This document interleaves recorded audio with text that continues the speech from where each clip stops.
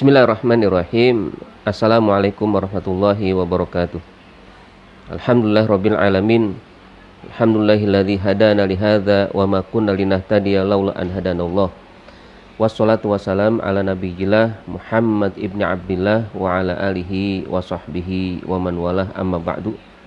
Nah, yang ketiga adalah Allah berfirman Ar-Rahman Ar-Rahim.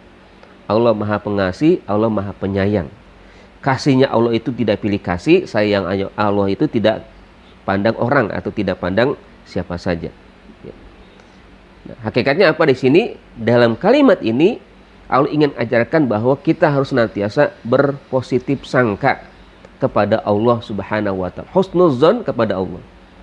Kenapa? Karena dalam ayat ini ya, bukan sekedar pengulangan ya dari kalimat yang pertama tadi Bismillahirrahmanirrahim, tapi Allah ingin tegaskan Allah itu Maha Penyayang ya.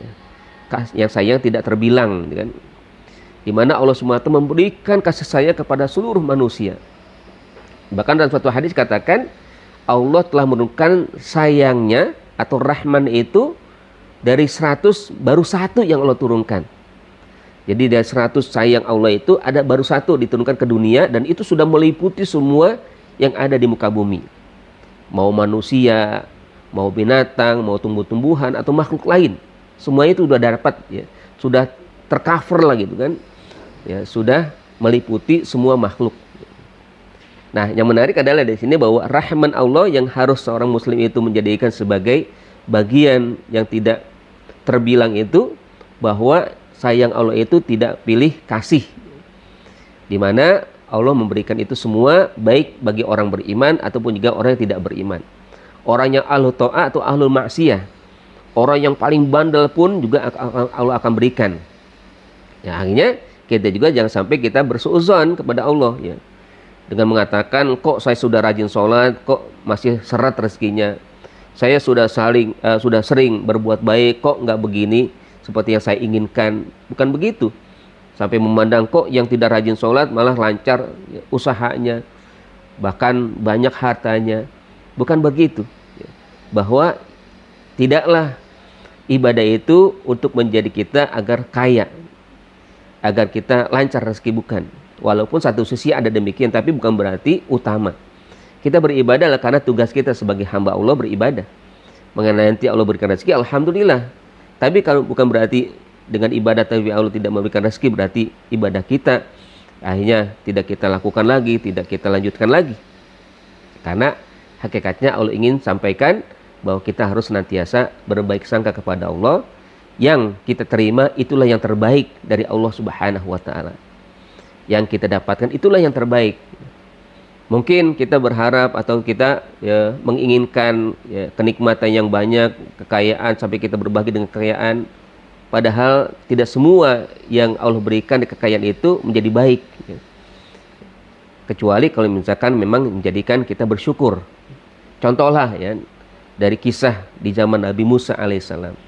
Agak 3 sosok ya yang akhirnya mendapatkan laknat dari Allah Subhanahu wa taala, dan Allah akhirnya ya ada yang dibenamkan di lautan, ada yang dikubur hidup-hidup di dalam bumi ya, ada yang dibinasakan dengan cara yang lain ya.